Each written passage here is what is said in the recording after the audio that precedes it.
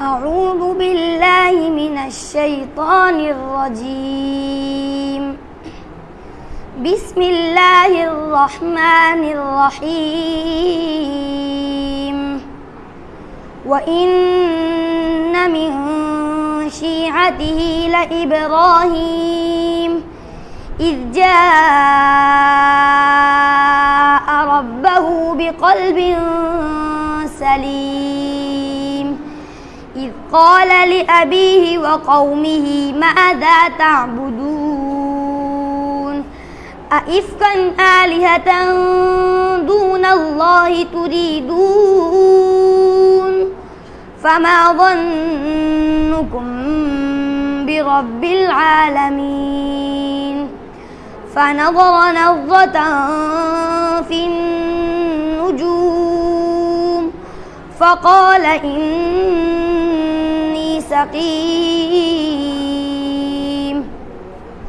فتولوا عنه مدبرين فراغ إلى آلهتهم فقال ألا تأكلون ما لكم لا تنطقون فراغ عليهم ضربا باليمين فأقبلوا إليه يزفون قال أتعبدون ما تنحتون